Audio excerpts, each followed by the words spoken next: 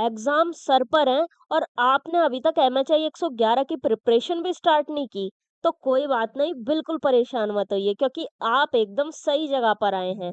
आज की इस एमएचआई 111 की मैराथन क्लास में हम जून 2026 एग्जाम के लिए most important and highly probable questions को पूरी तरह एग्जाम ओरिएंटेड तरीके से कवर करेंगे, जिनके एग्जाम में पूछे जाने की पॉसिबिलिटी काफ़ी ज़्यादा है।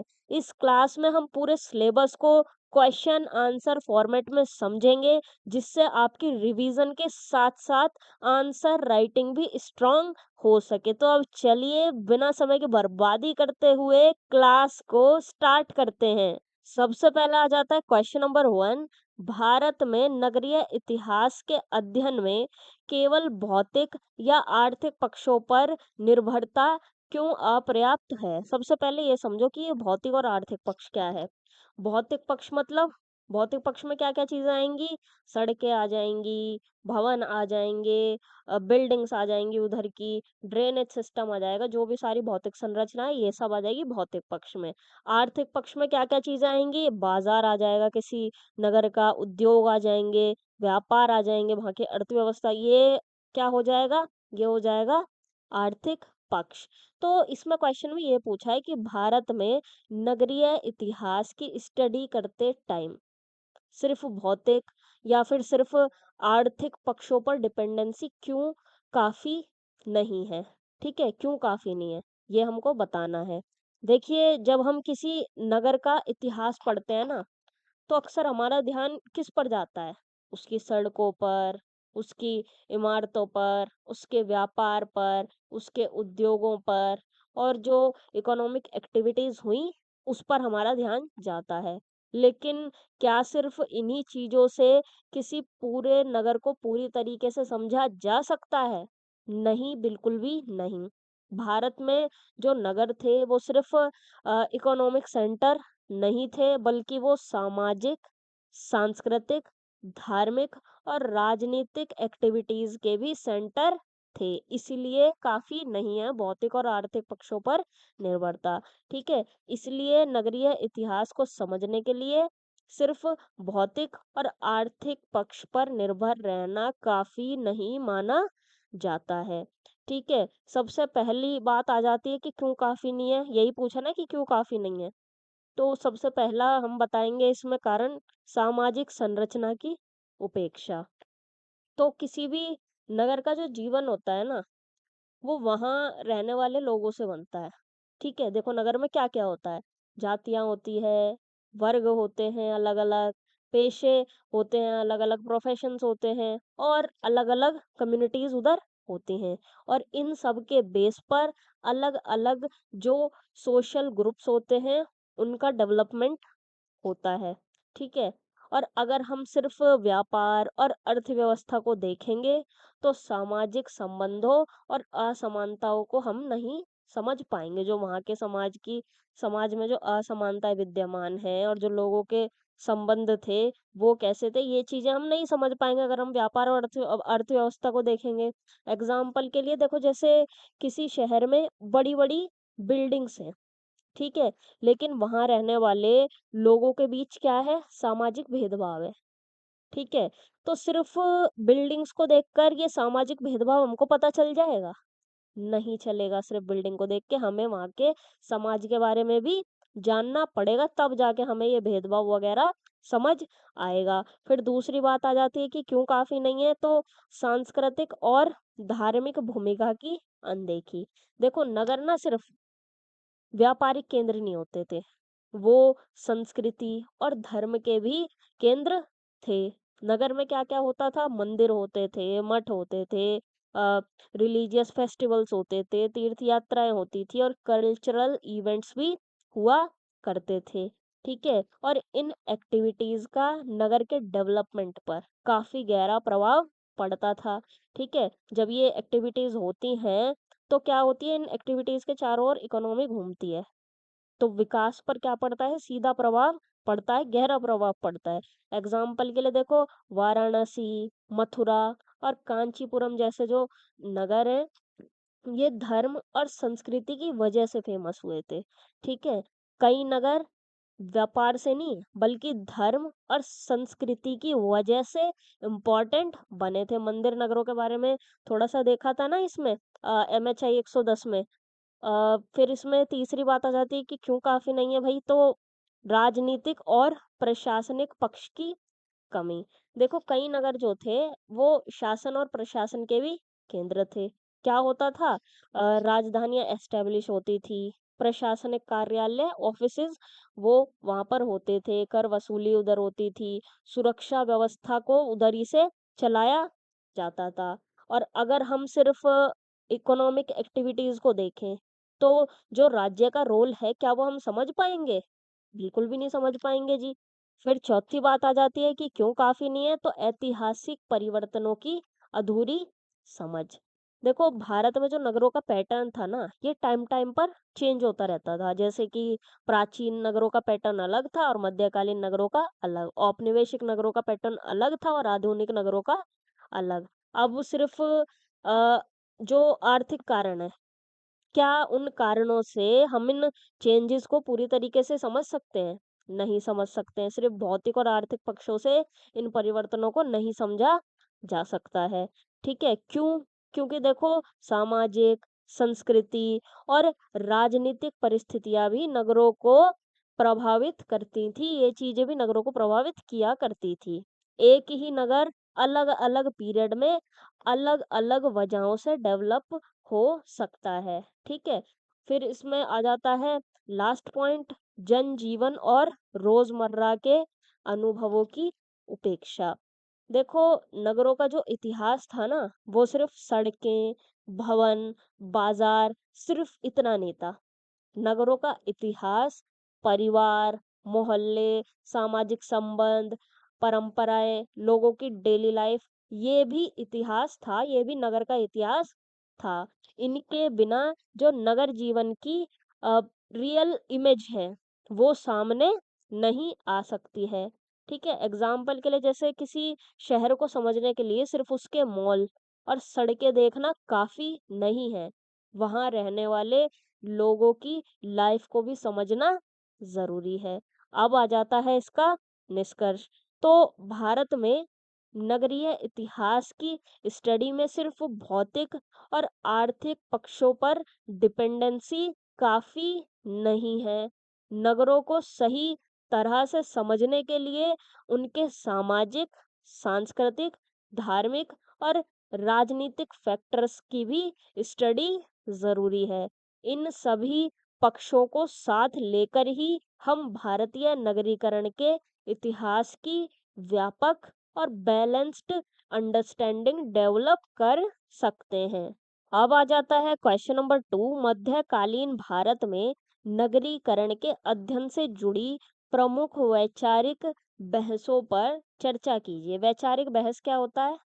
देखो जैसे एक टॉपिक है, अब उस टॉपिक को लेकर हर हिस्टोरियन का ओपिनियन सेम तो हो नहीं सकता।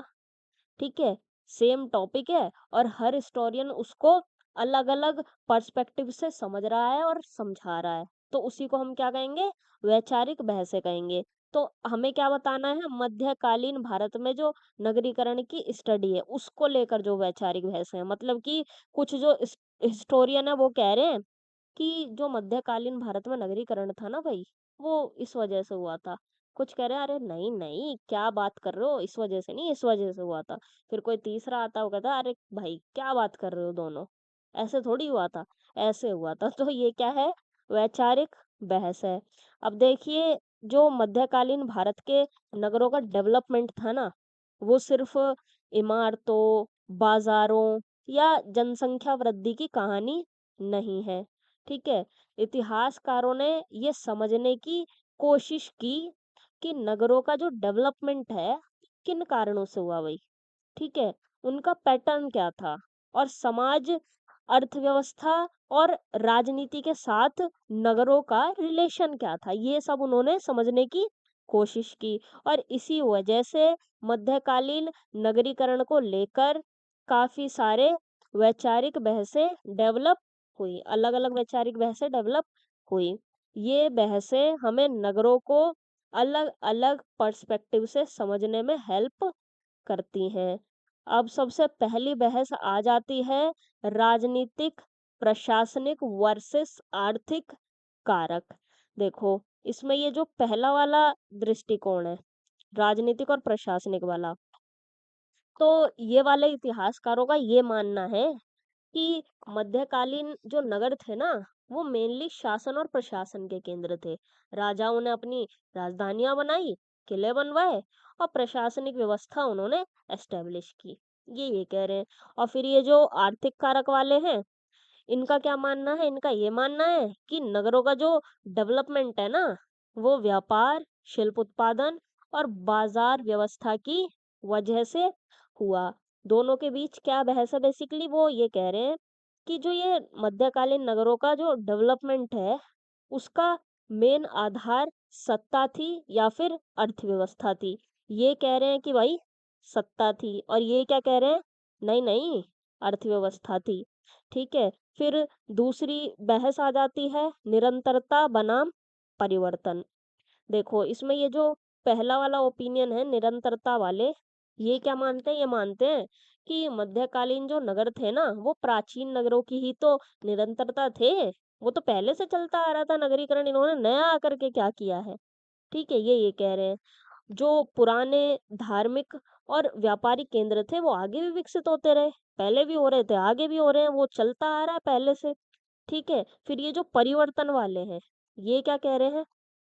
इनका कहना है कि मध्यकालीन जो नगर थे, उसमें नए तरह के भी नगर डेवलप हुए। खासकर इस्लामी शासन के आने से नगरों का जो स्ट्रक्चर था और जो उनके काम थे नगरों के, उसमें क्या आया? बदलाव आया। बहस क्या है दोनों के बीच? बहस ये है कि क्या मध्यकालीन नगर पुराने नगरों का ही एक्सपेंशन थे या फिर नए तरीके से डेवलप्ड हुए। ठीक है। ये कह रहे हैं कि भाई पुराने नगरों का ही तो वो एक्सपेंशन है, निरंतरता वाले। ये परिवर्तन वाले क्या कह रहे हैं? ये कह रहे हैं कि नहीं नहीं, कैसी बातें कर रहे हो भाई, ये तो बिल्कुल एकदम नए तरीके से डेवलप हुए हैं। ओके, ये इनकी बहस है। यानी जो हिस्टोरियंस हैं वो ये जानना चाहते हैं कि नगरों में ज़्यादा निरंतरता थी या फिर ज़्यादा परिवर्तन थे? दोनों में से क्या चीज़ें ज़्यादा थी? फिर तीसरी बहस आ जाती है शासक वर्ग बनाम व्यापारी वर्ग की भूमिका। तो ये जो पहले वाले हैं ना, शासक वर्ग वाले, ये क्या कह रहे हैं? ये कह रहे हैं कि जो नगरीकरण था ना, उसका प्राइम मोटिवेटर रूलर था। राजकीय संरक्षण में नगरों का डेवलपमेंट हुआ। मतलब कि भाई जो बादशाह वगैरह थे, सुल्तान थे, उन्होंने ही तो नगर बनवाए थे अपने प्रोटेक्शन में। वो ही तो नगरों के विकास में मेन रोल निभा रहे थे अपना। ठीक है। और फिर ये दूसरे वाले क्या कहते हैं, व्यापारी वर्ग की भूमिका वाले? ये कह रहे हैं कि व्यापारियों, साहूकारों, कारीगरों और शिल्पकारों की ज्यादा भूमिका थी। ठीक है। इन्होंने भी अपना बराबर का रोल अदा किया नगरीकरण में। ठीक है। नगरों के विकास में इन्होंने भी रोल निभाया। और ये अपना तर्क भी देते हैं, ये व्यापारी वर्ग वाले। ये कहते हैं कि व्यापार और उत्पादन के बिना नगरों की आर्थिक नींव मजबूत नहीं हो सकती। जो कि सही भी है कि भाई राजा ने इमारतें बनवा दी, प्रशासनिक भवन बना दिए, प्रशासन चला रहे, लेकिन इकोनॉमी चलाने वाले भी तो होने चाहिए। व्यापार होएगा, उत्पादन होएगा, जभी तो इकोनॉमी चलेगी, जभी तो आर्थिक नींव मजबूत होगी, समृद्ध वो होएगा शहर। ठीक है। ये अपना ये तर्क दे रहे हैं। अगर राजा नगर बसाता है लेकिन उधर क्या ना हो, बिजनेस ना हो, तो नगर ज्यादा समय तक समृद्ध नहीं रह सकता। उसके लिए वहां पे बिजनेस एक्टिविटीज होनी जरूरी है, ताकि अर्थव्यवस्था भी ठीक रहे राज्य की। फिर चौथी बहस आ जाती है भारतीय नगर वर्सेस यूरोपीय नगर मॉडल। ये वाली जो बहस है ना, ये कंपैरेटिव स्टडी से जुड़ी हुई है। सवाल क्या है? सवाल ना ये है कि क्या जो भारतीय मध्यकालीन नगर थे, उनको यूरोप के नगरों की तरह समझा जा सकता है या फिर किसी नए तरीके से समझने की जरूरत है, या फिर भारतीय दृष्टिकोण से समझने की जरूरत है? ये सवाल है। तो ये जो यूरोपीय नगर मॉडल वाले हैं, ये क्या कहते हैं? ये कहते हैं कि इस पे हमें जो ये मध्यकालीन नगरीकरण है, इस पे हमें यूरोपीय मॉडल लागू कर देना चाहिए। ऐसा करने की ये कोशिश करते हैं।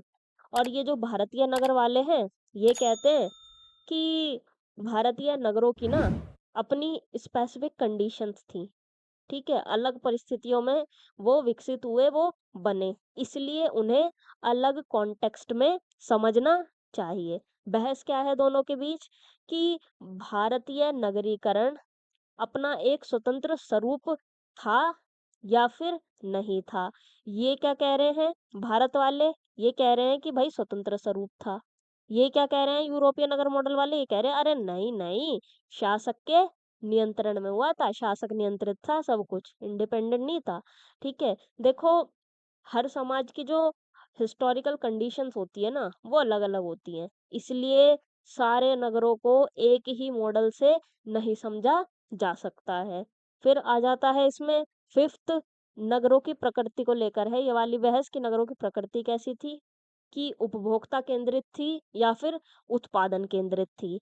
तो उपभोक्ता केंद्र वाला जो दृष्टिकोण है, ये क्या कहते हैं, इनके अकॉर्डिंग जो मध्यकालीन नगर थे, वो मेनली उपभोग के सेंटर थे। ठीक है, यहाँ पर कौन रहते थे? शासक वर्ग के लोग रहते थे, अभिजात वर्ग के लोग रहते थे, और ये प्रोडक्ट्स का क्या करते थे? उपभोग किया करते थे, सर्विसेज का ये उपभोग किया करते थे।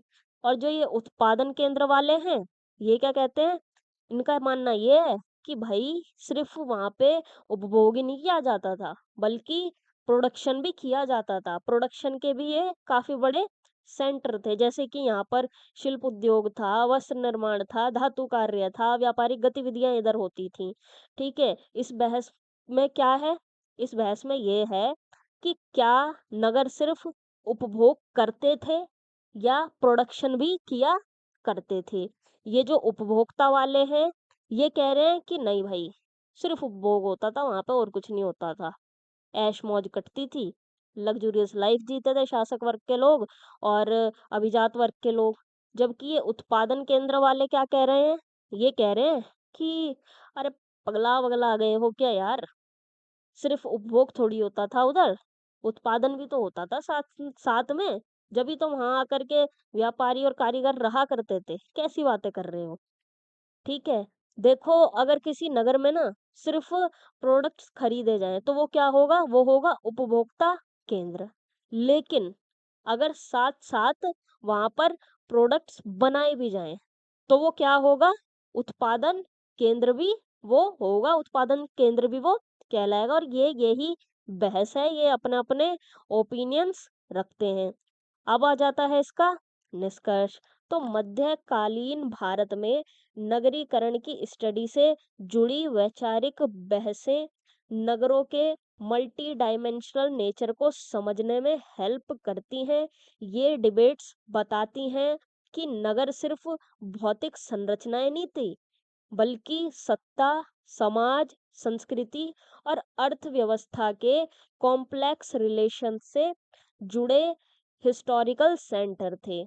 इसलिए मध्यकालीन नगरीकरण को समझने के लिए हमें अलग-अलग पर्सपेक्टिव का इंटीग्रेटेड स्टडी करना होगा। अब आ जाता है क्वेश्चन नंबर 3, दिल्ली सल्तनत के अधीन नगरीकरण की प्रक्रिया का विश्लेषण कीजिए। दिल्ली सल्तनत का नगरीकरण हमको बताना है। दिल्ली सल्तनत का टाइम कब से कब तक का है? तो 13वीं से 16वीं शताब्दी तक का है। और इस दौरान ना भारत में जो नगरीकरण हो रहा था उसको एक नई डायरेक्शन मिली। इस समय नगर जो थे वो सिर्फ बिजनेस सेंटर नहीं रहे, बल्कि प्रशासन, सैन्य व्यवस्था, सांस्कृतिक और सामाजिक एक्टिविटीज के भी सेंटर वो बन गए। तो सबसे पहला पॉइंट इसमें आ जाता है राजधानी नगरों का विकास।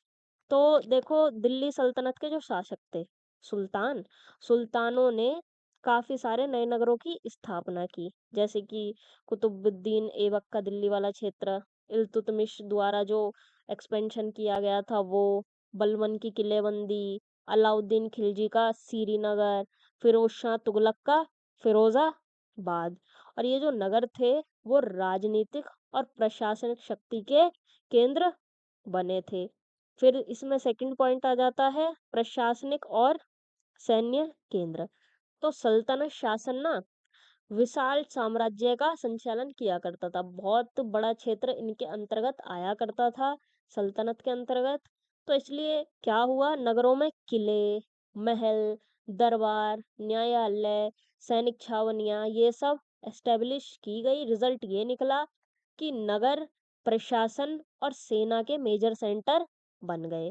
देखो नगर जो थे ना, वो सिर्फ बिजनेस के लिए नहीं थे, बल्कि शासन चलाने और साम्राज्य की सुरक्षा करने के लिए भी काफ़ी ज़्यादा इम्पोर्टेंट थे। फिर तीसरा पॉइंट इसमें आ जाता है व्यापार और बाज़ार व्यवस्था। देखो ये जो व्यापार और बाज़ार व्यवस्था थी, ये दिल्ली सल्तनत की एक काफ़ी मेजर अचीवमेंट थी। हुआ क्या, सुल्तानों ने ना बाज़ारों की जो व्यवस्था थी उसको ऑर्गेनाइज्ड कर दिया और व्यापार को भी इन्होंने काफ़ी बढ़ावा दिया। खास तौर से अलाउद्दीन खिलजी ने क्या किया, मूल्य नियंत्रण लागू कर दिया, बाजार की व्यवस्था को रेगुलेट किया और व्यापारियों पर निगरानी रखी। रिजल्ट ये निकला कि जो व्यापारिक एक्टिविटीज थी उनमें बढ़ोतरी हुई और नगरों की जो आर्थिक स्थिति थी वो क्या हो गई, मजबूत हो गई। फिर चौथा पॉइंट इसमें आ जाता है शिल्प उत्पादन और पेशागत वर्ग। तो नगरों के डेवलपमेंट के साथ ना शिल्प और कारीगरी ये जो थी ये भी बढ़ गई। मेन कारीगर कौन थे, बुनकर, लुहार, बढ़ई, सुनार, कुमार, ये सब मेन कारीगर थे। और हुआ क्या, ये जो अलग अलग प्रोफेशन के कम्युनिटीज थी, यही लुहार वगैरह, ये सब आके नगरों में बसने लगे। इससे क्या हुआ, जो प्रोडक्शन था वो बढ़ गया और नगर क्या हो गए, आर्थिक रूप से काफी ज्यादा समृद्ध हो गए। देखिए जहां पर प्रोडक्शन होगा ना, वहां क्या होगा, व्यापार होगा और वहीं नगर जो है वो भी तेजी से डेवलप होंगे। फिर पांचवा पॉइंट आ जाता है सामाजिक और सांस्कृतिक जीवन। तो देखो सल्तनत काल के जो नगर थे ना, वो सामाजिक और सांस्कृतिक गतिविधियों के भी केंद्र बन गए थे। क्या क्या डेवलप हुआ, तो मस्जिदें, मदरसे, खानकाहें और बाजार ये सब डेवलप हुए। और ये जो थी, ये सिर्फ रिलीजियस ऑर्गेनाइजेशंस नहीं थी, बल्कि शिक्षा, संस्कृति और सामाजिक संपर्क जो होता है उसकी भी ये सेंटर थी। जैसे कि देखो सूफी संतों की जो खानकाहें थी, उनके आसपास भी जो सिटी लाइफ है वो डेवलप हुई। फिर लास्ट पॉइंट इसमें आ जाता है नए नगरों की स्थापना और पुराने नगरों का विस्तार। तो देखो नए नगर कौन कौन से थे, सीरी, फिरोजाबाद और तुगलकाबाद, ये नए नगर थे। और पुराने नगर कौन से थे जिनको विस्तारित किया गया था, जिनका एक्सपेंशन किया गया था, तो वो थे दिल्ली, लाहौर, मुल्तान, अजमेर, बदायूं और दौलताबाद। रिजल्ट ये निकला, भारत में जो नगरीकरण का दायरा था वो काफी ज्यादा एक्सटेंसिव हो गया। देखो सल्तनत काल में ना सिर्फ नए नगर नहीं बनाए गए थे, बल्कि जो पुराने नगर थे उनका भी विस्तार किया गया था। अब आ जाता है इसका निष्कर्ष। तो दिल्ली सल्तनत के अधीन नगरीकरण की प्रक्रिया ने मध्यकालीन भारत में नगरों को एक नई पहचान दी। नगर राजनीतिक सत्ता, प्रशासन, सैन्य संगठन, व्यापार और सांस्कृतिक जीवन के भी मेजर सेंटर बन गए। सल्तनत काल में डेवलप्ड नगरीय संरचना ने आगे चलकर भारतीय नगरों के विकास की मजबूत नींव को रेडी किया। अब आ जाता है क्वेश्चन नंबर 4, सल्तनत काल में नगरों के उद्भव यानी जन्म से संबंधित विभिन्न मतों की आलोचनात्मक जांच कीजिए। देखिए सल्तनत काल में जो नगरों का विकास हुआ ना, उस विकास को लेकर सभी हिस्टोरियंस के अलग अलग ओपिनियन है। कुछ हिस्टोरियंस कहते हैं कि भाई नगरों के विकास के पीछे ना राजनीतिक और प्रशासनिक कारण थे, जबकि कुछ कहते हैं कि नहीं नहीं यार, व्यापार और अर्थव्यवस्था थी मेन कारण। और जो बाकी हैं वो कहते हैं अरे नहीं यार, ये दोनों ही कारण थोड़ी ना थे, बल्कि नगरों के विकास के पीछे तो सामाजिक और सांस्कृतिक फैक्टर्स थे। ठीक है। देखिए अब इसमें क्वेश्चन में ये भी लिखा है आलोचनात्मक जांच, मतलब कि हमें आलोचनात्मक जांच भी करनी है। ओपिनियंस तो हमें बताने ही बताने हैं, लेकिन हर एक ओपिनियन की हमें आलोचनात्मक जांच भी करनी है, मतलब कि हमें हर ओपिनियन की कमियां खूबियाँ। दोनों चीज़ें भी बतानी है, तभी हमें पूरे मार्क्स मिल पाएँगे, अदरवाइज़ मार्क्स कट जाएँगे। जब-जब क्वेश्चन में आलोचना लिखने को लिखी हो, तो हमें ज़रूर-ज़रूर लिखनी है, इग्नोर उसको नहीं करना है, ठीक है? अब देखो पहला जो ओपिनियन है वो आ जाता है राजनीतिक प्रशासनिक मत। तो ये जो ओपिनियन है ये मानता है कि सल्तनत काल में जो नगर थे वो मेनली सत्ता और प्रशासन के सेंटर थे। मतलब कि सुल्तानों ने नई राजधानियां बसाई, किले बनवाए, प्रशासनिक केंद्र उन्होंने एस्टेब्लिश किए, सैनिक छावनियों का उन्होंने विकास कराया, जैसे कि दिल्ली, सिरी, तुगलकाबाद, फिरोजाबाद। अब इस ओपिनियन की आलोचना क्या है? तो इसकी आलोचना ये है कि ये ओपिनियन नगरों के आर्थिक और सामाजिक पक्ष को ज़्यादा इम्पोर्टेंस नहीं देता है। लगभग-लगभग उनको इग्नोर करता है, काफ़ी कम इम्पोर्टेंस ये उसको देता है। देखिए अगर सिर्फ़ सुल्तानों ने ही नगरों का विकास कराया होता, तो व्यापार और कारीगर की क्या फिर भूमिका थी? ठीक है? ऐसा थोड़ी होता है कि उनके बिना हो जाएगा विकास। असलियत में कारीगरों की और व्यापार की भी काफ़ी ज़्यादा भूमिका थी, ये इकोनॉमी में अपनी भागीदारी देते थे। अदरवाइज़ ज़्यादा लंबे समय तक नगर समृद्ध रह नहीं पाएगा, ठीक है? इकोनॉमी सही नहीं होगी तो। फिर इसमें दूसरा ओपिनियन आ जाता है व्यापारिक आर्थिक मत। तो इस वाले ओपिनियन के अकॉर्डिंग नगरों का जो डेवलपमेंट है वो व्यापार, बाज़ार, शिल्प उत्पादन की वजह से हुआ। नगरों में क्या हुआ? बाजार डेवलप हुए, व्यापारी वर्ग एक्टिव हुआ, शिल्प उत्पादन बढ़ गया, प्रोडक्ट्स का लेन-देन हुआ और इससे क्या हुआ? इससे नगर इकोनॉमिक एक्टिविटीज़ के सेंटर बन गए। इस वाले ओपिनियन की क्या आलोचना है? तो इसकी आलोचना ये है कि ये वाला ओपिनियन राजनीतिक सत्ता और प्रशासनिक संरचना के इम्पोर्टेंस को पूरी तरीके से नहीं समझा पाता है।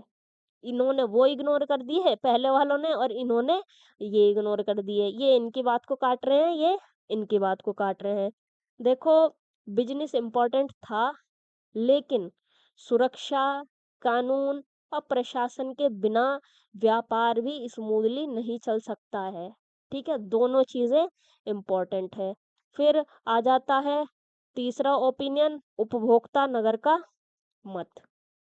तो देखो कुछ हिस्टोरियंस का मानना है कि सल्तनत काल के नगर ना मेनली उपभोक्ता नगर थे और इनका तर्क ये है कि इन नगरों में शासक वर्ग, अमीर उमरा, सैनिक अधिकारी ये सब रहा करते थे और ये प्रोडक्ट्स का और सर्विसेज का उपभोग ये किया करते थे। रिजल्ट ये निकला कि नगरों की जो अर्थव्यवस्था थी वो अभिजात वर्ग की जरूरतों पर बेस्ड हो गई। इसकी क्या आलोचना है? तो इसकी ये आलोचना है कि ये मत नगरों में होने वाले जो उत्पादन है, ठीक है? जो उत्पादन हो रहा है, जो प्रोडक्शन हो रहा है, उसको ये इग्नोर कर रहा है, ठीक है? शिल्प और व्यापार इसके रोल को ये कम करके देखता है कि इनका तो कोई रोल ही नहीं है। बस ये देख रहा है कि हाँ भाई लग्ज़री चल रही है, उपभोग चल रहा है, ये सिर्फ़ ये देख रहा है। देखो अगर नगर सिर्फ़ उपभोग के केंद्र होते तो वहाँ प्रोडक्ट्स का उत्पादन करने वाले जो हज़ारों कारीगर हैं, वो उधर क्यों रहते? सिंपल सी बात है ना, तो ये बात तो गलत हो जाती है फिर साबित, जब उधर कारीगर आके रह रहे हैं। फिर चौथा ओपिनियन आ जाता है निरंतरता का सिद्धांत। तो ये वाला ओपिनियन कहता है कि सल्तनत काल के जो नगर थे, वो पूरी तरीके से नए नहीं थे। क्या कहा जाता है? ये कहा जाता है कि कई जो नगर थे वो प्राचीन और प्रारंभिक मध्यकालीन नगरों की निरंतरता थे। मतलब कि पुराने जो व्यापारिक और धार्मिक केंद्र थे वो आगे भी डेवलप होते रहे। मतलब पहले भी हो रहा था नगरीकरण, वो ही आगे एक्सटेंड हुआ जा रहा है, वो ही आगे बढ़ा जा रहा है। तो इन्होंने नया आकर के क्या किया? नए तरीके से तो कुछ हुआ नहीं है, ये ऐसा कह रहे हैं। तो ये जो मत है ना, ये जो ऐतिहासिक निरंतरता है, उसको समझने में हेल्प ये करता है, जो ऐतिहासिक निरंतरता चल रही है, उसको समझने में ये हमारी हेल्प करता है। इसकी आलोचना क्या है? तो इसकी आलोचना ये है कि सल्तनत काल में जो हुए राजनीतिक और सांस्कृतिक परिवर्तन थे, उसको ये इम्पोर्टेंस नहीं करता है, उसको ये नज़रअंदाज कर देता है। कुछ नगर देखो पुराने थे, लेकिन सल्तनत शासन की वजह से उनका जो स्वरूप था, उनका जो पैटर्न था और उनका जो काम था नगरों का, उस काम में बदलाव आ गया था। अब फिर लास्ट आ जाता है पॉइंट इसमें, बहुकारक दृष्टिकोण। देखो आज जो ज़्यादातर हिस्टोरियंस हैं, वो इसी वाले पर्सपेक्टिव को ज़्यादा संतुलित मानते हैं, ज़्यादा बैलेंस्ड वो इसको मानते हैं। ठीक है? बहुकारक दृष्टिकोण को। इस वाले पर्सपेक्टिव के अकॉर्डिंग नगरों का जो विकास है, वो सिर्फ़ किसी एक वजह से, एक कारण से नहीं हुआ है। मेन कारण थे नगरों के विकास के राजनीतिक सत्ता, प्रशासनिक ज़रूरतें, व्यापार और बाज़ार, शिल्प उत्पादन, सामाजिक परिवर्तन और कल्चरल एक्टिविटीज़, ये सब थी नगरों का कारण। अब ये जो दृष्टिकोण है ना, ये सभी फैक्टर्स को साथ लेकर चलता है, किसी एक पर ये जोर नहीं डालता है। ठीक है? एग्ज़ाम्पल के लिए देखो, जैसे एक पेड़ का जो डेवलपमेंट होता है, वो सिर्फ़ पानी से नहीं होता, बल्कि मिट्टी, धूप और हवा भी उसके लिए ज़रूरी होती है बराबरी से। वैसे ही नगरों के डेवलपमेंट के पीछे एक नहीं बल्कि अनेक कारण काम करते हैं। अब आ जाता है इसका निष्कर्ष। तो सल्तनत काल में नगरों के जन्म को समझने के लिए अलग-अलग ओपिनियंस का स्टडी ज़रूरी है। राजनीतिक, आर्थिक, सामाजिक और सांस्कृतिक सभी फैक्टर्स ने मिलके नगरीकरण के प्रोसेस को प्रभावित किया। इसलिए बहुकारक दृष्टिकोण सबसे बैलेंस्ड और व्यापक व्याख्या पेश करता है। अब आ जाता है क्वेश्चन नंबर 5। गुजरात में अहमदाबाद के एक प्रमुख नगर एवं सत्ता केंद्र के रूप में उभार का विवेचन कीजिए। सीधी बात, अहमदाबाद के बारे में बताना है। ठीक है, घुमा फिरा के छोड़ो, अहमदाबाद के बारे में बताना है। तो अहमदाबाद की स्थापना कब हुई? 1411 ईस्वी में। ठीक है, किसने की थी? तो की थी गुजरात के सुल्तान अहमद शाह फर्स्ट ने। इन्होंने इसकी स्थापना की थी और कहाँ पर की थी? साबरमती नदी के किनारे की थी और धीरे धीरे ये गुजरात सल्तनत की राजधानी बना और एक पावरफुल राजनीतिक, आर्थिक और सांस्कृतिक केंद्र के रूप में ये डेवलप हुआ। सबसे पहला पॉइंट इसमें आ जाता है राजनीतिक एवं प्रशासनिक महत्व अहमदाबाद का। ठीक है, तो अहमदाबाद ना गुजरात सल्तनत की राजधानी था। ठीक है, मतलब कि यहीं से क्या होता था, शासन को चलाया जाता था। राजधानी है तो शासन इधर ही से चलाया जाएगा। तो यहाँ क्या क्या था? यहाँ सुल्तान का रेजिडेंस था, दरबार लगता था इधर, प्रशासनिक जो अधिकारी थे वो इधर काम किया करते थे और जो इम्पोर्टेंट डिसीजंस थे वो भी यहीं पर लिए जाते थे। नगरों में क्या क्या बना? तो किले, महल, दरबार, प्रशासनिक भवन, ये सब बना। रिजल्ट ये निकला ये सब का कि अहमदाबाद गुजरात की राजनीतिक शक्ति का सेंटर बन गया। फिर आ जाता है इसमें दूसरा पॉइंट, भौगोलिक स्थिति और व्यापार। देखो अहमदाबाद की सक्सेस का जो सबसे बड़ा कारण था ना, वो क्या था? इसकी भौगोलिक स्थिति। ये कहाँ पर स्थित था? अभी पीछे ही बताया, साबरमती नदी के किनारे पर ये लोकेटेड था। अब इसका फायदा क्या हुआ इस ज्योग्राफिकल लोकेशन का? इसका ये फायदा हुआ कि ये जो नगर था वो गुजरात के जो आंतरिक क्षेत्र थे, ठीक है, जो आंतरिक क्षेत्र थे उनको ये समुद्री बंदरगाहों से जोड़ता था।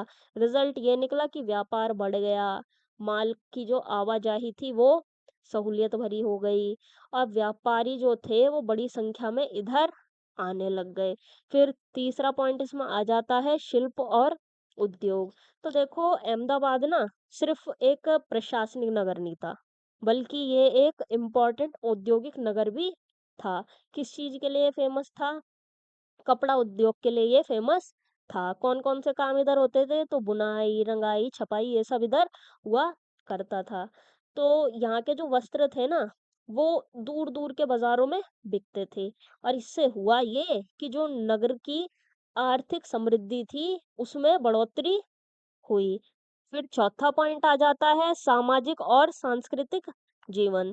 देखिए अहमदाबाद एक बहुसांस्कृतिक नगर था। बहुसांस्कृतिक नगर मतलब ऐसा नगर जहाँ पर अलग-अलग कल्चर के, अलग-अलग कम्युनिटी के, अलग-अलग धर्म के, अलग-अलग भाषा बोलने वाले, अलग-अलग जातियों के लोग एक साथ मिल-जुल कर रहे। तो वो क्या कहलाएगा? बहुसांस्कृतिक नगर वो कहलाएगा। अब अहमदाबाद में क्या-क्या डेवलप हुआ? तो मस्जिदें, बाज़ार, सराय, धार्मिक स्थल ये सब इधर डेवलप हुई और इसका प्रभाव ये पड़ा कि अलग-अलग जो कम्युनिटीज़ के लोग थे वो यहाँ पर आकर बसने लगे और जो कल्चरल एक्टिविटीज़ थी उनका विस्तार हुआ। देखिए जब किसी नगर में अलग-अलग धर्मों, भाषाओं और कम्युनिटीज़ के लोग रहते हैं, तो वहाँ सांस्कृतिक विविधता डेवलप हो जाती है, कल्चरल डाइवर्सिटी उधर डेवलप हो जाती है।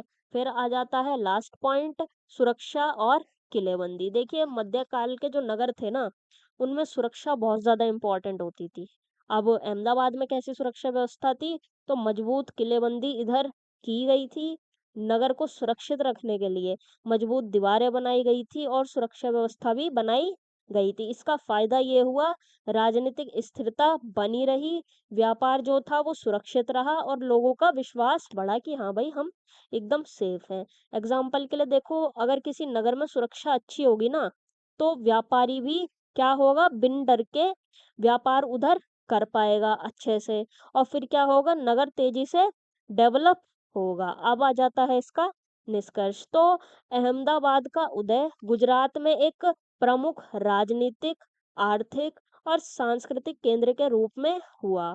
इसकी भौगोलिक स्थिति, प्रशासनिक महत्व, व्यापारिक गतिविधियों, वस्त्र उद्योग और सांस्कृतिक विविधता ने इसे मध्यकालीन भारत के सबसे इम्पोर्टेंट नगरों में जगह दिलाई। इसी वजह से अहमदाबाद को गुजरात सल्तनत का शक्तिशाली सत्ता केंद्र और प्रमुख नगरीय केंद्र माना जाता है। देखिए क्लास अगर आपको हेल्पफुल लग रही है तो इसको लाइक कर दीजिए, अपने दोस्तों के साथ भी इसको शेयर कीजिए और चैनल को भी सब्सक्राइब कर लीजिए क्योंकि एमएचआई का ऐसा वैल्यूएबल कंटेंट आपको सिर्फ यहीं पर मिलने वाला है। अब चलिए आगे बढ़ते हैं। अब आ जाता है क्वेश्चन नंबर 6 तमिलकम क्षेत्र में उभरे मंदिर नगरों की प्रमुख विशेषताओं पर चर्चा कीजिए।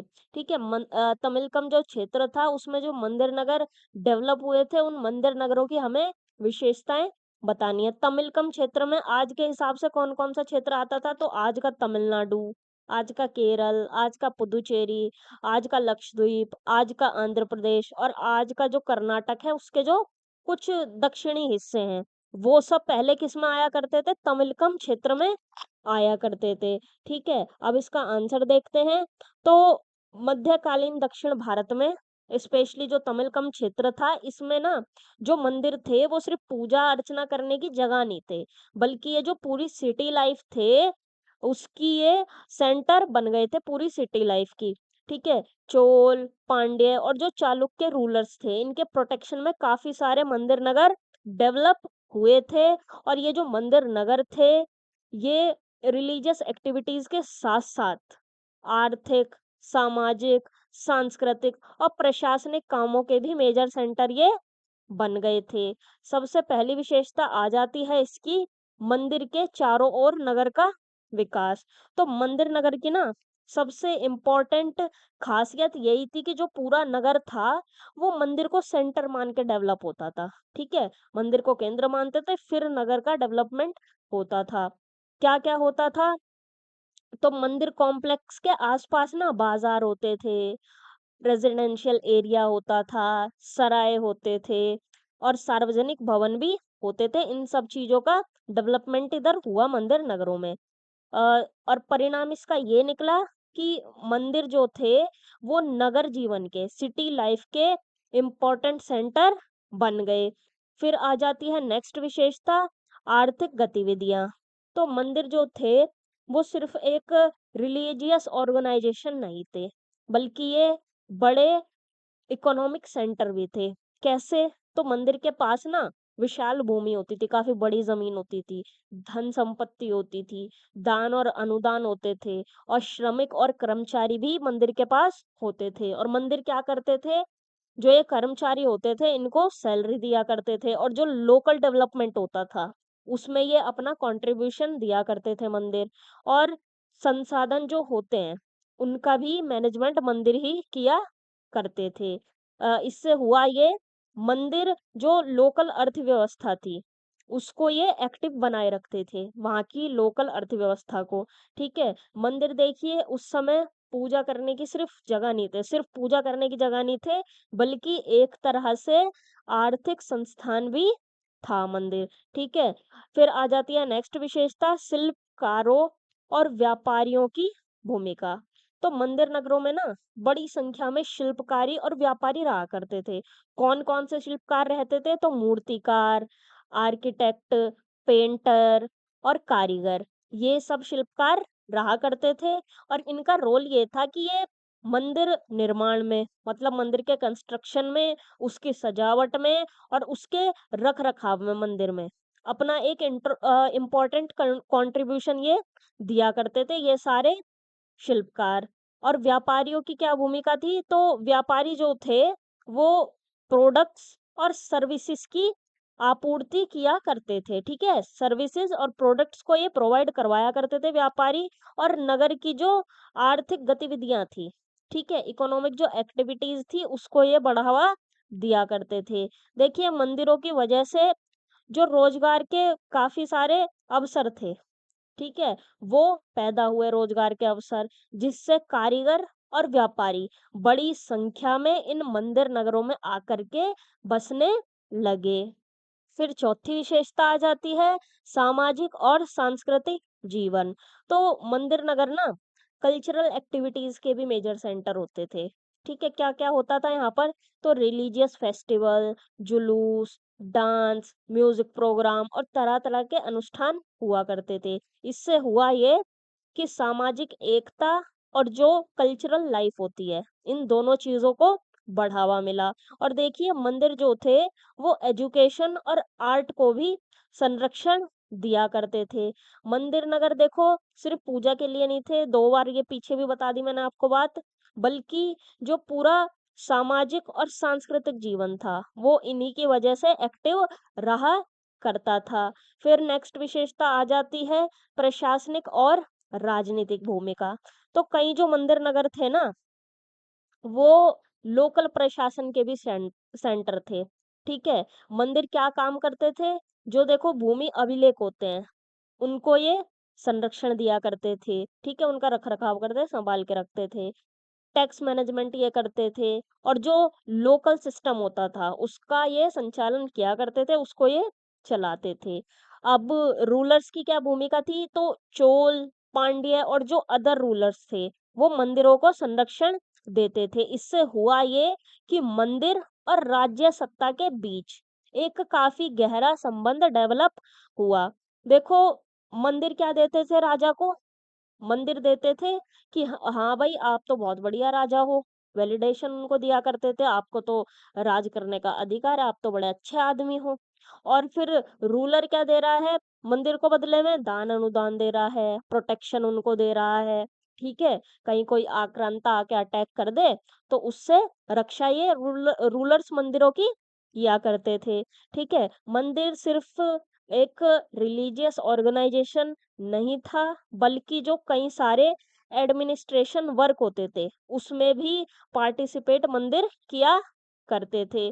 फिर लास्ट विशेषता आ जाती है नगर संरचना और नियोजन।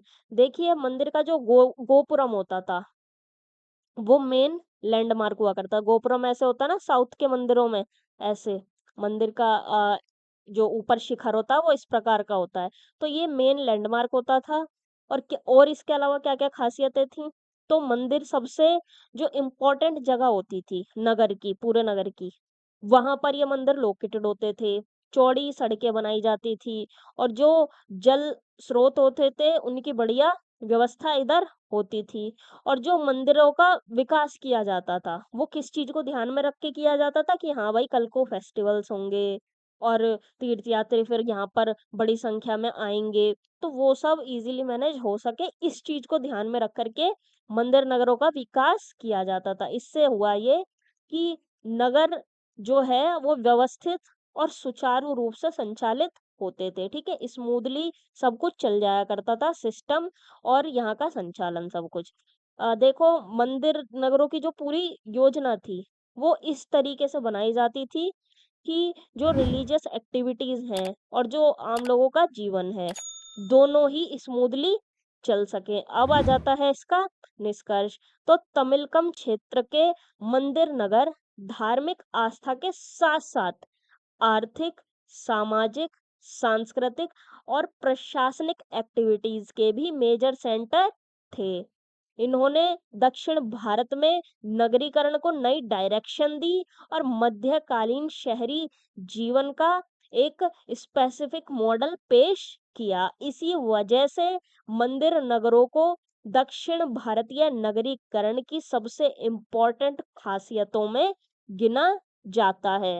अब आ जाता है क्वेश्चन नंबर 7, विजयनगर का नगरीय लेआउट किस हद तक उन्नत नगरीकरण को दर्शाता है? सबसे पहली बात आ जाती है कि नगरीय लेआउट क्या होता है? देखिए, नगरीय लेआउट भी आ सकता है लिखा हुआ पेपर में और नगरीय योजना भी आ सकता है। आपको कंफ्यूज नहीं होना, दोनों ही सेम चीजें हैं।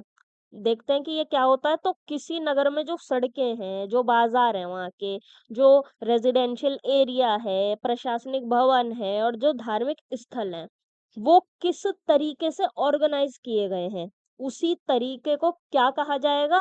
नगरीय लेआउट या फिर नगरीय योजना या फिर नगर योजना। ठीक है, तीनों चारों वर्ड में से कोई सा भी वर्ड आपको पेपर में आ सकता है।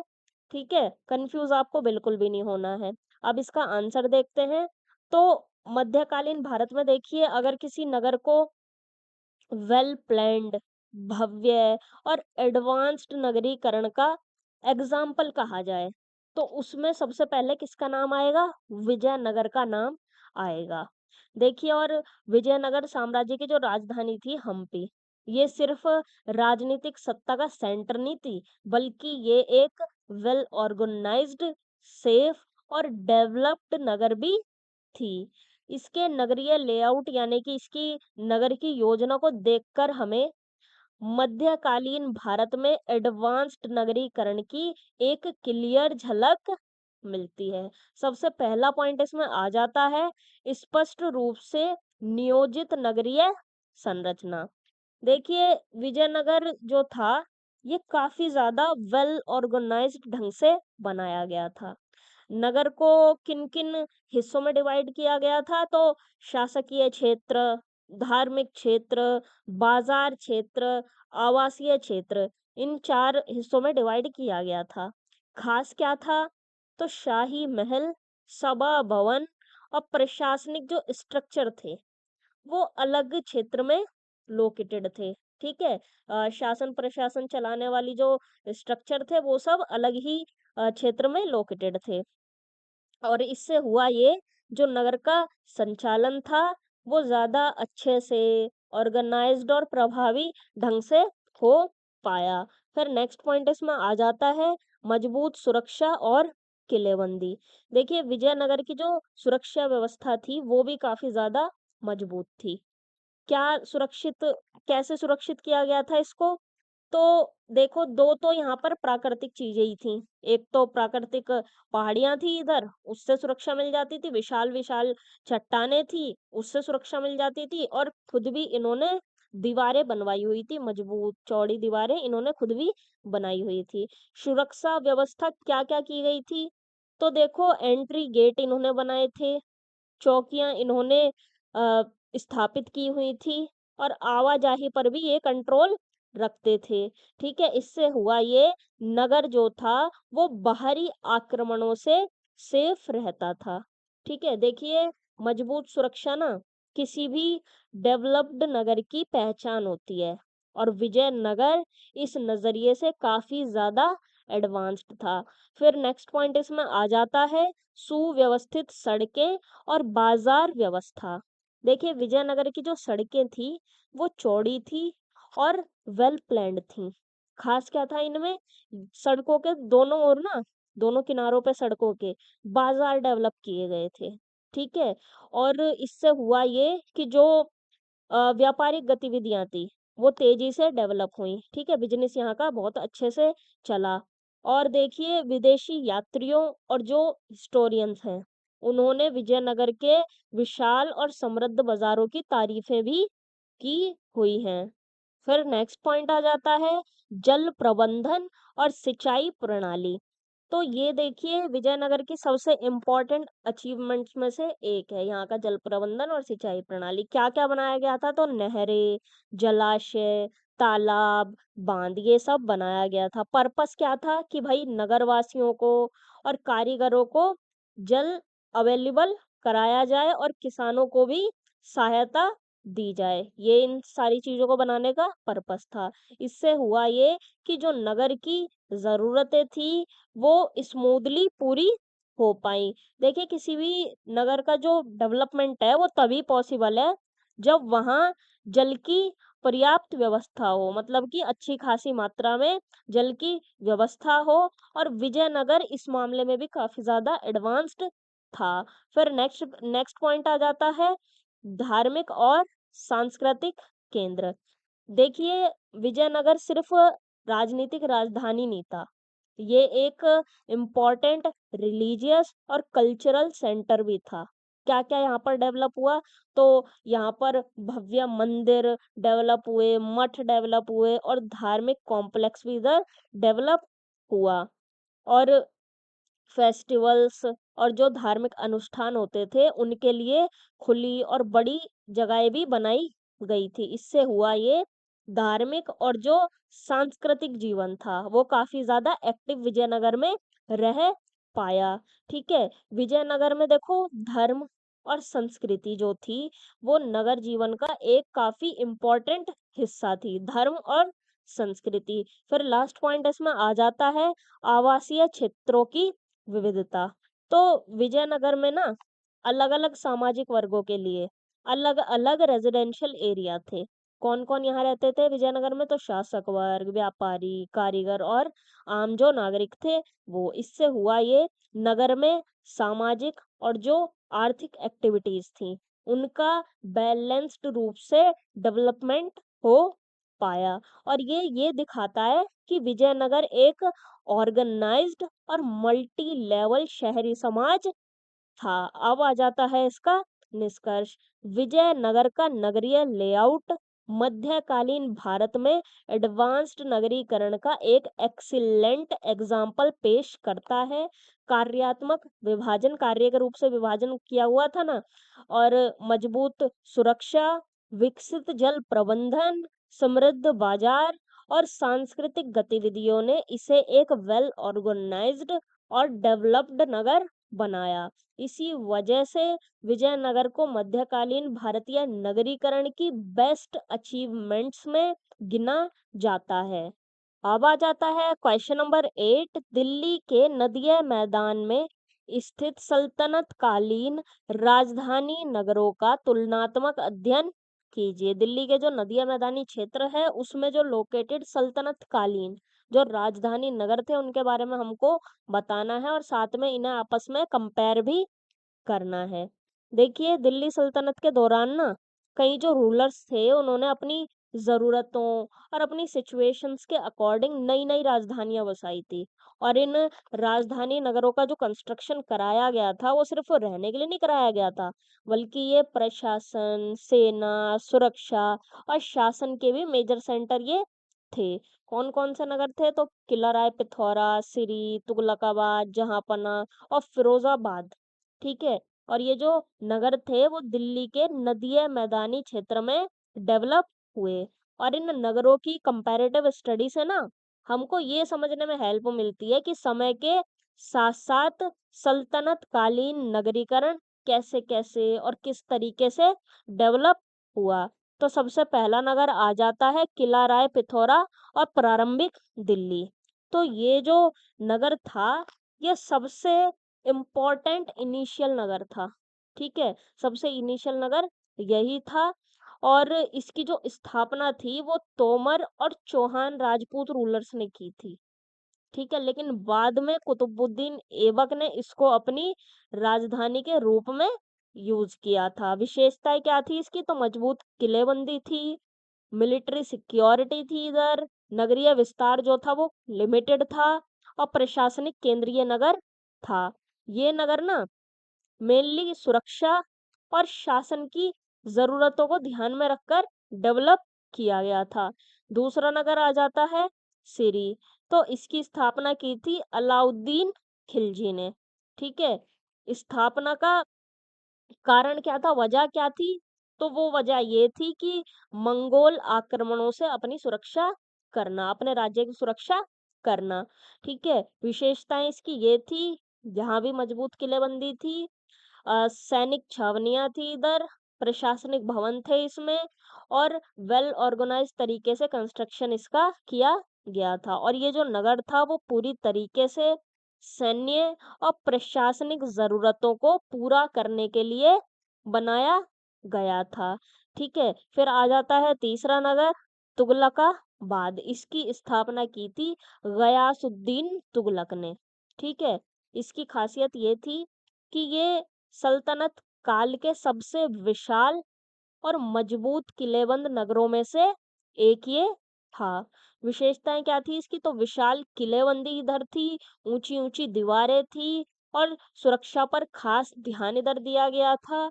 और इसकी भी वेल ऑर्गेनाइज्ड स्ट्रक्चर था इस नगर का भी। प्रॉब्लम इधर ये आई कि ये वाटर क्राइसिस से अफेक्टेड रहता था। ठीक है। और इससे हुआ ये, जो नगर का विकास था ना, वो जैसा सोचा गया था, जैसी एक्सपेक्टेशन थी, उस लेवल तक इसका डेवलपमेंट नहीं हो पाया। देखिए, किसी भी नगर के विकास के लिए सिर्फ मजबूत किला ही नहीं, बल्कि पानी जैसी जो बेसिक सुविधाएं होती हैं वो भी जरूरी होती हैं। फिर चौथा नगर आ जाता है जहांपना। इसकी स्थापना कराई थी मोहम्मद बिन तुगलक ने। इसका पर्पस क्या था? तो इसका पर्पस ये था कि दिल्ली के जो पुराने वाले नगर है ना, उन सारों को एकजुट करना और एकजुट करके एक बड़ा विशाल नगर बनाना। विशेषता इसकी ये थी कि एक्सटेंसिव नगर क्षेत्र था, ऑर्गेनाइज्ड प्रशासन था, पुराने नगरों को जोड़ने की कोशिश की गई थी, और सुरक्षा व्यवस्था जो थी वो भी काफी बेहतर थी। ठीक है। ये देखो, जो पहले के नगर थे ना, उन पहले वाले नगरों के मुकाबले ये ज्यादा व्यापक और ऑर्गेनाइज्ड था। ठीक है। जहांपना का जो पर्पस था वो नया नगर बसाना नहीं था। ठीक है। बल्कि जो पुराने नगर हैं उनको एक साथ ला करके एक बड़े नगर के रूप में जोड़ना था, पुराने वाले नगरों को। फिर पांचवा नगर आ जाता है फिरोजाबाद। इसकी स्थापना की थी फिरोज शाह तुगलक ने। यमुना नदी के किनारे पर ये लोकेटेड था। विशेषताएं क्या थी इसकी? तो नदी के पास ये लोकेटेड था, यमुना नदी के पास। और जो वाटर सप्लाई थी वो नदी के जरिए हो जाती थी, तो जल की व्यवस्था काफी बेहतर थी इधर। बाग बगीचों का डेवलपमेंट इधर करवाया गया था, और जो नागरिक सुविधाएं होती हैं उन पर भी खास ध्यान इधर दिया जाता था। देखिए, ये नगर सिर्फ सुरक्षा के लिए नहीं, बल्कि नागरिक जीवन को सहूलियत भरा बनाने के लिए भी डेवलप किया गया था। ठीक है। देखिए, अगर तुगलकाबाद सुरक्षा का सिंबल था, तो फिरोजाबाद नागरिक सुविधाओं और बेहतर जीवन व्यवस्था का एग्जाम्पल था। अब आ जाता है इन सबका तुलनात्मक विश्लेषण। तो देखिए, किला राय पिथौरा जो था वो मेनली सैन्य और प्रशासनिक केंद्र था। ठीक है। और जो सिरी था उसका डेवलपमेंट सुरक्षा और मंगोल आक्रमणों से अपने राज्य की रक्षा करने के लिए करवाया गया था। तुगलकाबाद जो था वो सबसे मजबूत किलेबंद नगर था, लेकिन ये वाटर क्राइसिस से अफेक्टेड रहा। जहांपना ने अलग अलग पुराने नगरों को जोड़कर एक व्यापक नगरीय ढांचा बनाने की कोशिश की। पुराने नगरों को जोड़ने का प्रयास किया गया था ना जहांपना में। और फिरोजाबाद में जल प्रबंधन, नागरिक सुविधाओं और सार्वजनिक जो निर्माण होते हैं, कंस्ट्रक्शन होते हैं, उस पर काफी ज्यादा ध्यान दिया गया था। यानी समय के साथ सल्तनत कालीन राजधानी नगर सिर्फ मिलिट्री सेंटर नहीं रहे, बल्कि इनमें नागरिक सुविधाओं और योजनाबद्ध विकास, ऑर्गेनाइज्ड डेवलपमेंट का भी इम्पोर्टेंस बढ़ता चला गया। हाँ, पता चलता चला गया कि हाँ भाई, ऑर्गेनाइज तरीके से डेवलपमेंट करना चाहिए और सुविधाओं वगैरह पे भी ध्यान देना चाहिए। सिर्फ मजबूत किलेबंदी से कुछ नहीं होगा, वो धीरे धीरे पता चलने लगा और वो चीजें ठीक करते चले गए। अब आ जाता है इसका निष्कर्ष। दिल्ली के नदीय मैदानी क्षेत्र में लोकेटेड सल्तनत कालीन राजधानी नगर राजनीतिक, सैन्य और प्रशासनिक जरूरतों के अकॉर्डिंग डेवलप हुए। प्रारंभिक नगरों में सुरक्षा और किलेबंदी को प्रायोरिटी दी गई, जबकि बाद के नगरों में जल प्रबंधन, आवास व्यवस्था और नागरिक सुविधाओं पर ज्यादा ध्यान दिया गया।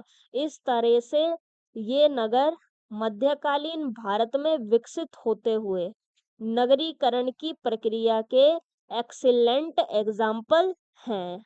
अब आ जाता है क्वेश्चन नंबर 9, मुगल कालीन नगरों की स्थानिक विशेषताओं का विश्लेषण कीजिए। मुगल कालीन नगरों की हमें विशेषताएं बतानी है।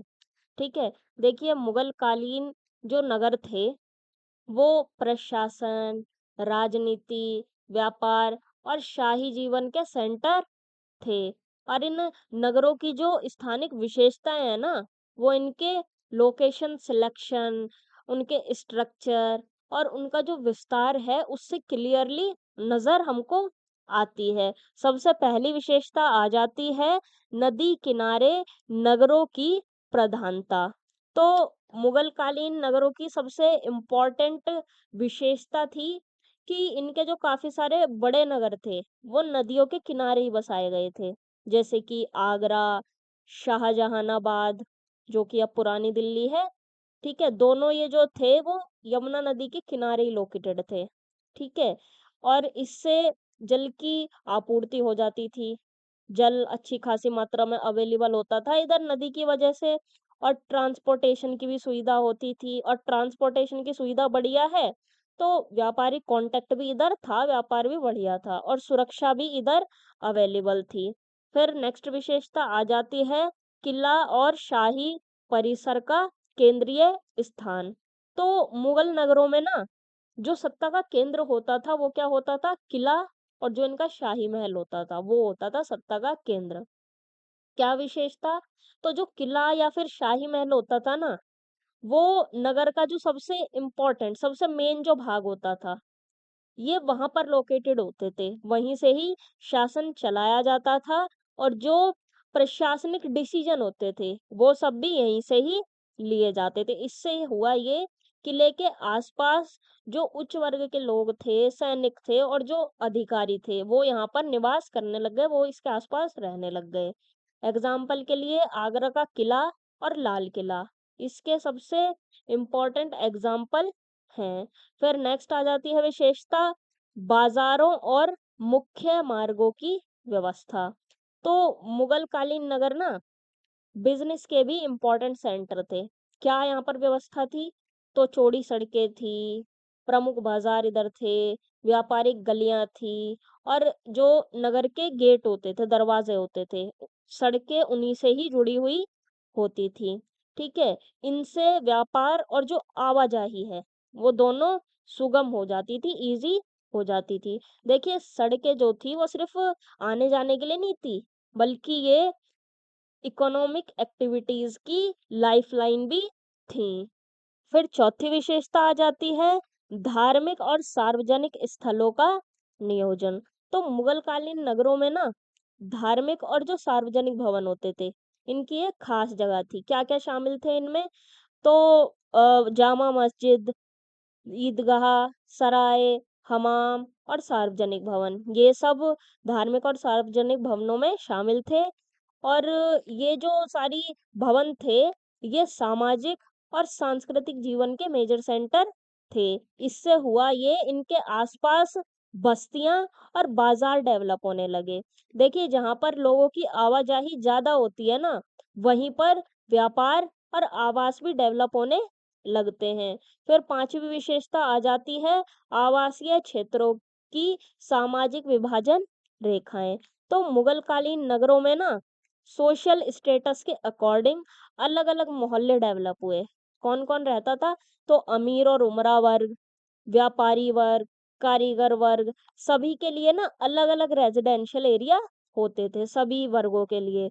इससे हुआ ये कि नगरों की जो सोशल स्ट्रक्चर था, वो क्लियरली दिखाई देता था। नगर का नक्शा देखकर ही ना पता चल जाता था कि हाँ भाई, कौन-सा वाला क्षेत्र किस वाले वर्ग से जुड़ा हुआ है। फिर लास्ट विशेषता आ जाती है बाग, बगीचे और खुली जगह। तो ये मुगल कालीन नगरों की एक काफ़ी ख़ास विशेषता थी। क्या-क्या डेवलप किया इन्होंने? तो चारबाग शैली के उद्यान, खुले मैदान और मनोरंजन स्थल। पर्पस ये था इन सब का नगरों की सुंदरता को बढ़ाना, पर्यावरण संतुलन को बनाए रखना और शाही वैभव को डिस्प्ले करना कि हाँ भाई देखो हम कितने शाही हैं, हम राजघराने से हैं, ये सब। और एग्ज़ाम्पल के लिए कई जो मुगल रूलर्स थे ना, उन्होंने सुंदर बागों और उद्यानों का निर्माण करवाया था, उन्होंने इन्हें बनवाया था। मुगल रूलर्स जो थे वो देखो सिर्फ भवन निर्माण पर ही नहीं, बल्कि नगरों की सुंदरता और पर्यावरण पर भी ध्यान दिया करते थे। अब आ जाता है इसका निष्कर्ष। तो मुगल कालीन नगरों की स्थानिक विशेषताएं, उनकी योजनाबद्ध संरचना, नदी आधारित लोकेशन, किला केंद्रित प्रशासन, विकसित बाजार व्यवस्था, सामाजिक विभाजन और बाग बगीचों के निर्माण में साफ दिखाई पड़ती है। इन विशेषताओं ने मुगल नगरों को भव्य, ऑर्गेनाइज्ड और समृद्ध नगरीय केंद्र बनाया और भारतीय नगरीकरण के इतिहास में उन्हें एक खास जगह प्रोवाइड की। अब आ जाता है पार्ट 1 का last question, question number 10। Mughal कालीन नगरों में शहरी संस्कृति एवं समाज की भूमिका की विवेचना कीजिए।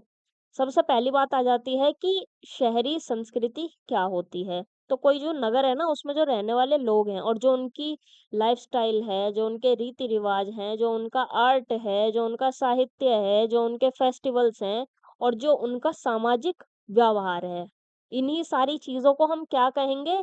शहरी संस्कृति कहेंगे। तो हमें मुगल कालीन नगरों में जो शहरी संस्कृति थी और जो समाज की भूमिका थी, वो दोनों चीजें हमको बतानी है। अब आते हैं इसके आंसर पर। तो मुगल कालीन भारत में जो नगर थे, वो प्रशासन और आर्थिक केंद्र तो थे ही, लेकिन साथ-साथ शहरी संस्कृति और सोशल लाइफ के भी इम्पोर्टेंट सेंटर ये थे। सबसे पहला पॉइंट इसमें आ जाता है विविध सामाजिक वर्गों की उपस्थिति। तो मुगल कालीन नगरों में जो समाज था ना, वो कई सारे वर्गों से मिलकर के बना था। कौन-कौन से वर्ग शामिल थे समाज में? शासक वर्ग, अमीर और उमरा, सैनिक, अधिकारी, व्यापारी, कारीगर, विद्वान, मजदूर, ये सारे वर्ग शामिल थे। और इन सभी वर्गों की जो मौजूदगी थी, इससे नगरों का जो सामाजिक जीवन था, वो एक्टिव और डायनामिक बना रहता था। फिर नेक्स्ट पॉइंट इसमें आ जाता है बाजार और आर्थिक जीवन की भूमिका। तो मुगल कालीन नगरों के जो बाजार थे, वो सिर्फ प्रोडक्ट्स को खरीदने और बेचने की जगह नहीं थे। उनकी खासियत ये भी थी कि ये लोगों के मिलने-जुलने की जगह थे और इंफॉर्मेशन के लेन-देन के ये सेंटर थे और सांस्कृतिक संपर्क का ये ज़रिया थे, कल्चरल कॉन्टैक्ट का ये ज़रिया थे। जैसे सोशल मीडिया होता है ना, वैसे ही पहले यहाँ पर लोग मिलते थे और अपनी बात बताते थे, दूसरे की बात को लेते थे, इसी तरीके से। और व्यापारी, साहूकार और कारीगर जो थे, वो नगरों की जो इकोनॉमिक एक्टिविटीज़ थे, उनको आगे ये बढ़ाते थे। देखिए उस समय ना बाजार वो ही रोल निभाते थे जो आज सोशल और इकोनॉमिक नेटवर्क निभाते हैं। फिर नेक्स्ट आ जाता है इसमें धार्मिक एवं सांस्कृतिक गतिविधियां। तो मुगल कालीन नगर ना धार्मिक और सांस्कृतिक जीवन के भी मेजर सेंटर थे। कौन-कौन सी धार्मिक संस्थाएं थी? तो मस्जिदें, मंदिर, दरगाहें और मठ। क्या-क्या एक्टिविटीज होती थी?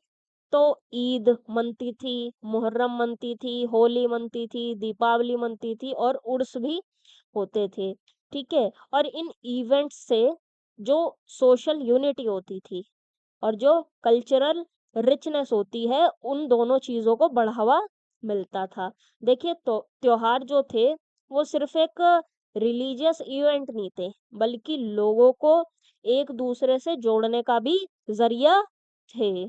फिर नेक्स्ट पॉइंट आ जाता है शिक्षा, साहित्य और कला का विकास। तो मुगल कालीन जो नगर थे, वो नॉलेज और कल्चर के भी सेंटर थे।